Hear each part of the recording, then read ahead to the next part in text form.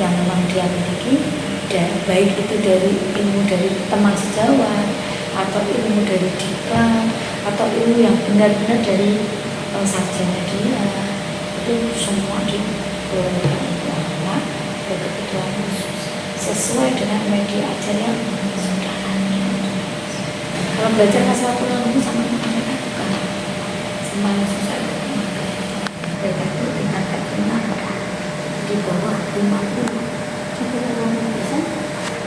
Jadi itu mereka tidak bisa itu naik tadi sudah sambil sama ya seperti Rizky saya masih bisa diajak seperti Nadi dan sebelah saya itu konsentrasinya jauh sekali. Karena otak kiri dan otak kanan kan otak kiri dan kanannya tidak balance, sebenarnya kalau kita bicara apa dia nggak nyambung atau coba mau nyambung di dalam retak pecah, akhirnya yang didapat ilmunya cuma sedikit doang gitu ya. Itu namanya hasil yang kita berikan itu tidak bisa masuk secara penuh ke anak-anak. Bedanya gitu.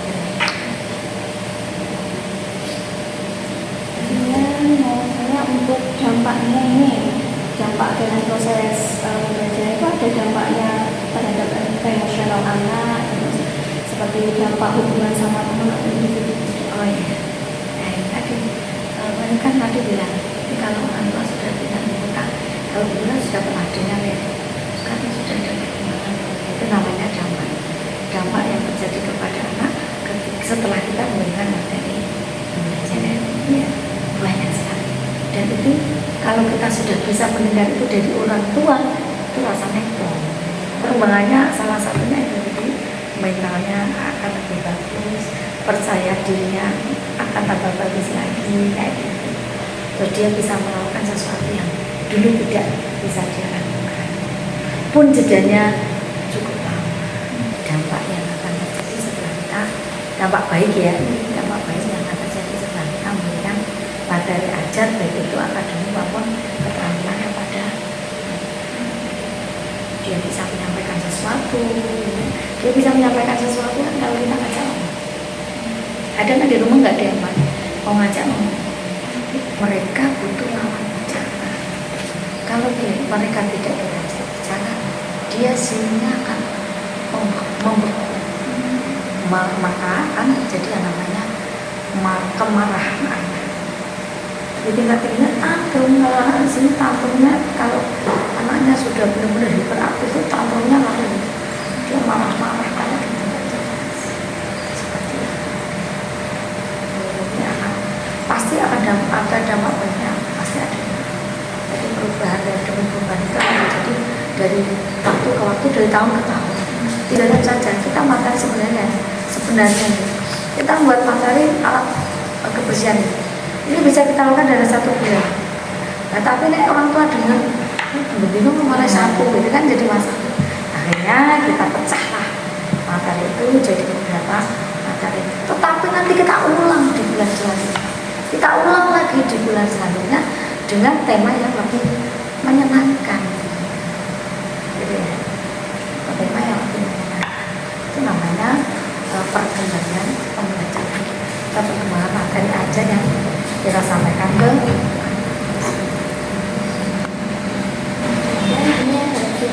untuk faktor pendukung agar anak-anak mau mengikuti pembelajaran yang diberikan guru itu apa saja dan juga faktor penghambatnya.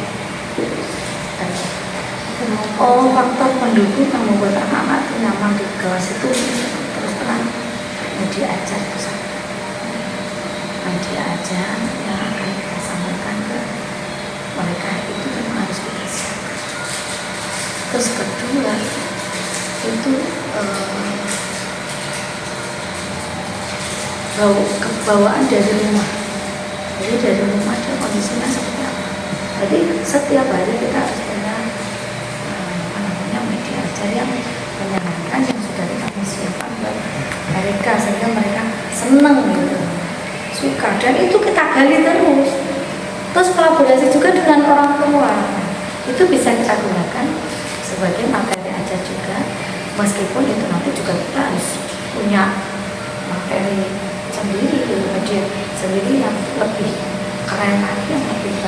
yang lebih mengena, maksudnya ya, lebih mengena lagi, yang lebih mendalam lagi, supaya anak itu paham.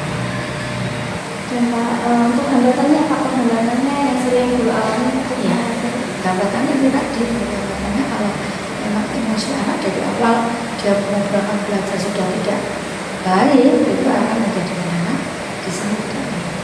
kesimpulannya pada saat mengajar anak-anak itu anak-anak berkebutuhan khusus ya, itu kesannya atau cara mengajarnya anak-anak itu Yang perlu kita sampaikan ke mereka adalah motivasi, baik itu anak berkebutuhan khusus,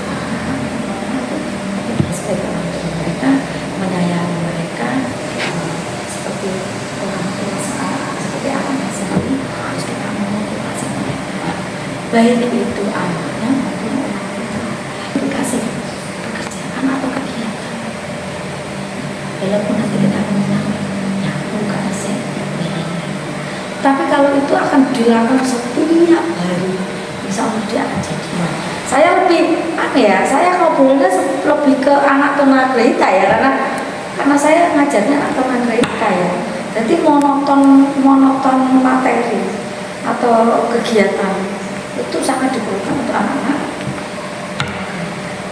Anak tunarungu lebih kuat lagi,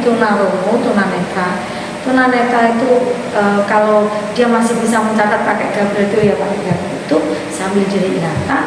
Kalau anak tunarungu lebih ke nanti kita kirim kalau karena ini kan ngerti kita share bagi dari YouTube dan sebagainya. mungkin cukup sekian. Terima kasih untuk pengalamannya Ibu Heru juga, dan maaf ini saya kesini tadi sepertinya juga dadaan.